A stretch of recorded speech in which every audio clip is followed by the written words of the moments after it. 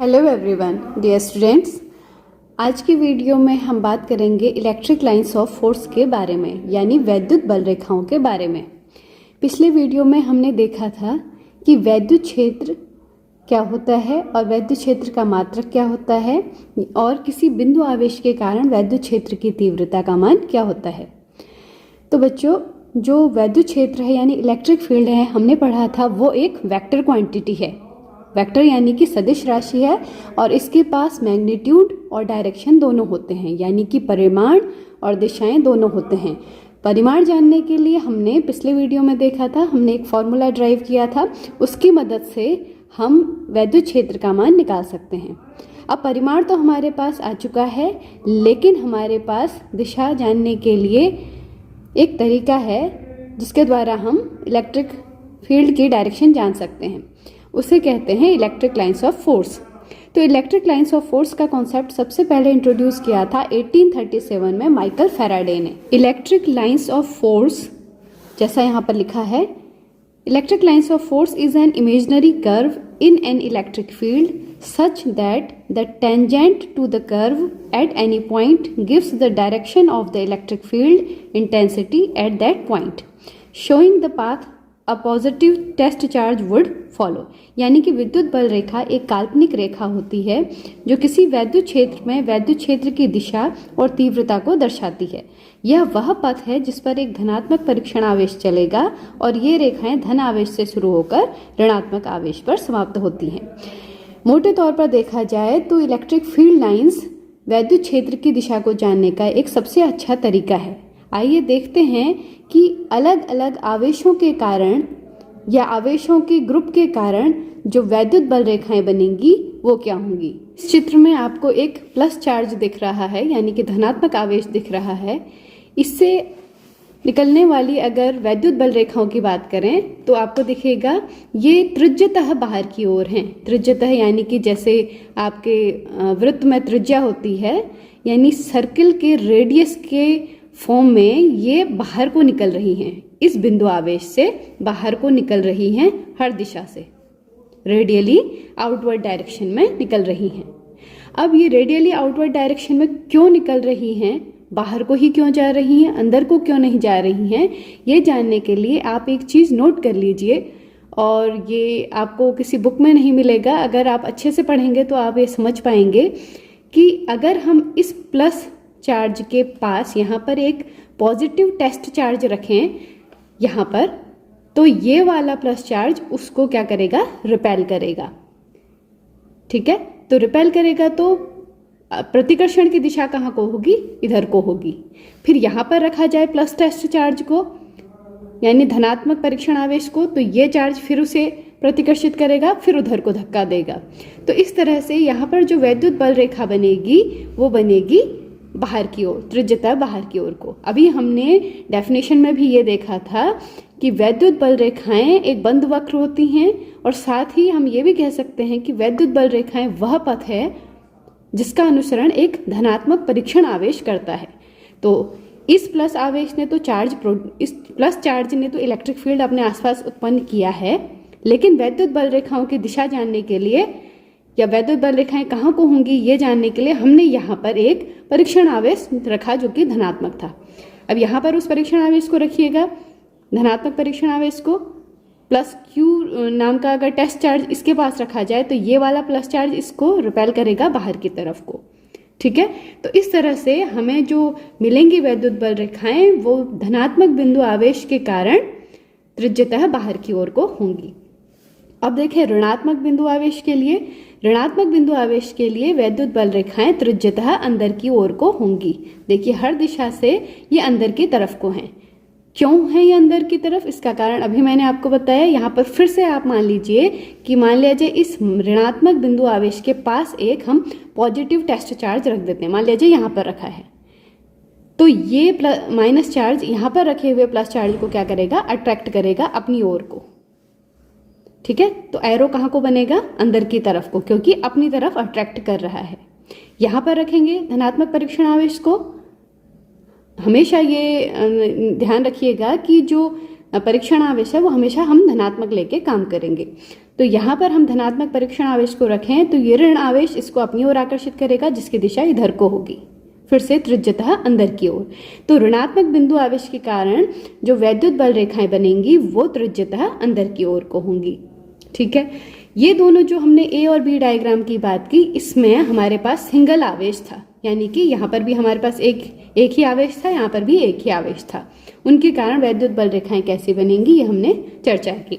अब हम देखते हैं अगर दो आवेश पास पास रखे हैं तब वैद्युत बल रेखाएं कैसी बनेंगी। सी वाले डायग्राम में देखिए, यहाँ पर प्लस चार्ज है, यहाँ पर माइनस चार्ज है। फिर आपको अगर जानना है कि वैद्युत बल रेखाएं कैसे बनेंगी तो प्लस चार्ज के पास यहाँ पर, ये मैंने पहले से बना दी है, यहाँ पर ग्रीन कलर की लाइन से मैंने यहाँ पर पहले से ही वैद्युत बल रेखाएं बना दी हैं। आप ये मान लीजिए यहाँ पर कोई भी बल रेखा भी नहीं है, तो प्लस चार्ज के पास यहाँ पर एक हम टेस्ट चार्ज रखेंगे जो धनात्मक होगा। ये प्लस चार्ज उस धनात्मक परीक्षण आवेश को रिपेल करेगा इधर को। ठीक है, फिर यहाँ पर रखेंगे धनात्मक परीक्षण आवेश को, उसे रिपेल करेगा इधर को। ठीक है, और इधर का ऋणात्मक आवेश नेगेटिव चार्ज जो है, ये नेगेटिव चार्ज उस धनात्मक परीक्षण आवेश को अपनी ओर को अट्रैक्ट करेगा। तो इसलिए जो वैद्युत बल रेखाएं हैं वो धन आवेश से निकलते हुए ऋण आवेश की ओर को प्रवेश करेंगी। आप चाहे कहीं पर भी इसको आप चेक कर सकते हैं। आप यहाँ पर चेक करिए, यहाँ पर जो खुली लाइनें आपको दिख रही हैं ये दरअसल दूर जाके बंद होंगी उधर से, यानी कि धन से निकल के ऋण आवेश तक पहुंचेंगी। यहाँ पर आप चेक कर लीजिए, यहाँ पर ये वाला प्लस आवेश है, यहाँ पर आप एक धनात्मक परीक्षण आवेश रख दीजिए तो ये वाला चार्ज उसे रिपेल करेगा उधर को। ठीक है, तो ये इससे दूर जाएगा। ठीक है, और ये जाते जाते कहाँ को जाएगा, ये धनात्मक परीक्षण आवेश जो होगा वो कौन सा पथ फॉलो करेगा, वो नेगेटिव चार्ज की ओर को जाने वाला पाथ फॉलो करेगा। तो देखिए, अगर एक प्लस चार्ज और एक माइनस चार्ज पास पास रखे हैं तो वैद्युत बल रेखाएं धनात्मक आवेश से निकलकर ऋणात्मक आवेश तक पहुंचती हैं। ठीक है, लेकिन ये क्लोज्ड कर्व नहीं बनाती हैं, यानी ऐसा नहीं होगा कि धन आवेश से निकल के गई ऋण आवेश पर और ऋण आवेश से फिर वापस धन आवेश पर जा रही हैं, ऐसा बिल्कुल भी नहीं होगा। ये नीचे वाली लाइंस जो आपको दिख रही हैं इनमें भी वही पाथ फॉलो हुआ है जो ऊपर हुआ है, यानी धन से ऋण की ओर को प्रवेश कर रही हैं और फिर ऋण से धन की ओर को नहीं जा रही हैं। इसका मतलब जो आपकी वैद्युत बल रेखाएं हैं वो बंद वक्र का निर्माण नहीं करती हैं। ठीक है, अब बात कर लेते हैं अगर दोनों चार्जेस सेम हो, यानी कि दोनों धन हो, धनात्मक आवेश हो या दोनों ऋणात्मक आवेश हो, तो देखिए दोनों अगर धनात्मक आवेश ले लिए जाएं तो पहली बात तो देखिए यहाँ पर एक लाइन ड्रॉ की, यहाँ पर n पॉइंट लिखा है। इस n का क्या मतलब है, इस प्लस आवेश ने जितना वैद्युत क्षेत्र उत्पन्न किया होगा और इस वाले ने जितना उत्पन्न किया होगा, दोनों एक दूसरे के विपरीत होंगे, तो यहाँ पर टोटल जो वैद्युत क्षेत्र का प्रभाव होगा वो निल होगा, जीरो होगा। तो यहाँ पर हम किसी चार्ज को रख दें तो उस पर कोई भी फोर्स नहीं लगेगा, यानी कि नेट फोर्स जो होगा वो जीरो होगा। ठीक है, अब यहाँ पर देखिए धन आवेश से निकलने वाली, इस वाले धन आवेश से जो विद्युत बल रेखाएं निकल रही हैं वो इसको रिपेल करेगा तो इधर को निकलेंगी। ठीक है, बाहर को, त्रिज्यता बाहर की ओर को होती है प्लस आवेश के कारण, त्रिज्यता बाहर को ही निकलेंगी। इस प्लस से निकल के इस प्लस पर ये नहीं जाएंगी। ठीक है, इसमें कॉन्सेप्ट वही फॉलो होगा जो पहले वाले ए डायग्राम में हमने देखा था। प्लस चार्ज के कारण जो वैद्युत बल रेखाएं थी वही यहाँ पर देखने को आपको मिलेंगी और ऐसे ही इस प्लस चार्ज के कारण भी देखने को मिलेंगी। ठीक है, तो अब हम बात करेंगे वैद्युत बल रेखाओं के गुणों के बारे में। अच्छा, अभी हमने कहा था कि वैद्युत बल रेखाएं वैद्युत क्षेत्र की दिशा बताती हैं, तो वैद्युत क्षेत्र की दिशा जानने के लिए आप क्या करेंगे वो हम इसके गुणों को देखते समय बात करेंगे इस बारे में। Properties of electric field lines के बारे में बात करते हैं। पहली चीज देखिए, टेंजेंट गिव्स डायरेक्शन, यानी कि जो वैद्युत बल रेखाएं हैं उस पर अगर आप स्पर्श रेखा खींचें तो हमें वैद्युत क्षेत्र की दिशा मिलेगी, जिसके लिए हमने ये चर्चा शुरू की थी, वो बात आपको यहाँ पर देखने को मिली। देखिए, the tangent at any point on electric field lines gives direction of electric field. आप सपोज एक इलेक्ट्रिक फील्ड लाइन है इस तरह की, तो यहाँ पर इस पॉइंट पर आपको इलेक्ट्रिक फील्ड पता करना है तो उसकी डायरेक्शन होगी, इसकी स्पर्श रेखा एक डाल दीजिए, ये होगी इलेक्ट्रिक फील्ड की डायरेक्शन। तो किसी भी बिंदु पर खींची गई स्पर्श रेखा वैद्युत क्षेत्र की दिशा को बताएगी। तो आपको क्या करना है, इलेक्ट्रिक फील्ड लाइन में आपको एक टेंजेंट ड्रॉ कर देनी है वहाँ पर, जिस पॉइंट पर आपको इलेक्ट्रिक फील्ड जानना है, और आपको डायरेक्शन मिल जाएगी। सेकेंड पॉइंट देखते हैं कि डेंसिटी शोज स्ट्रेंथ, यानी रेखाओं का घनत्व उस क्षेत्र की प्रबलता को बताता है। Closer the lines stronger the field, जहाँ पर वैद्युत बल रेखाएं पास पास होंगी वहाँ पर वैद्युत क्षेत्र उतना ही ज़्यादा प्रबल होगा। Farther the lines weaker field, यानी कि जहाँ पर लाइंस दूर दूर होंगी वहाँ पर वैद्युत क्षेत्र उतना ही दुर्बल यानी कि कमजोर होगा। तीसरा पॉइंट देखिए, they do not form closed loops, यानी electric field lines never form closed loops. जो वैद्युत बल रेखाएं हैं वो बंद वक्र नहीं बनाती हैं, जो बात मैंने अभी थोड़ी देर पहले आपको बताई थी। They always starts from positive charge and ends at negative charge, वो हमेशा धनात्मक आवेश से शुरू होंगी और ऋण आवेश पर जाकर समाप्त होंगी, लेकिन बंद वक्र का निर्माण नहीं करेंगी। बंद वक्र कब बनता है? जब धन से शुरू होकर ऋण पर जाती, फिर ऋण से वापस धन पर जाती, लेकिन ऐसा नहीं होता है यहाँ पर।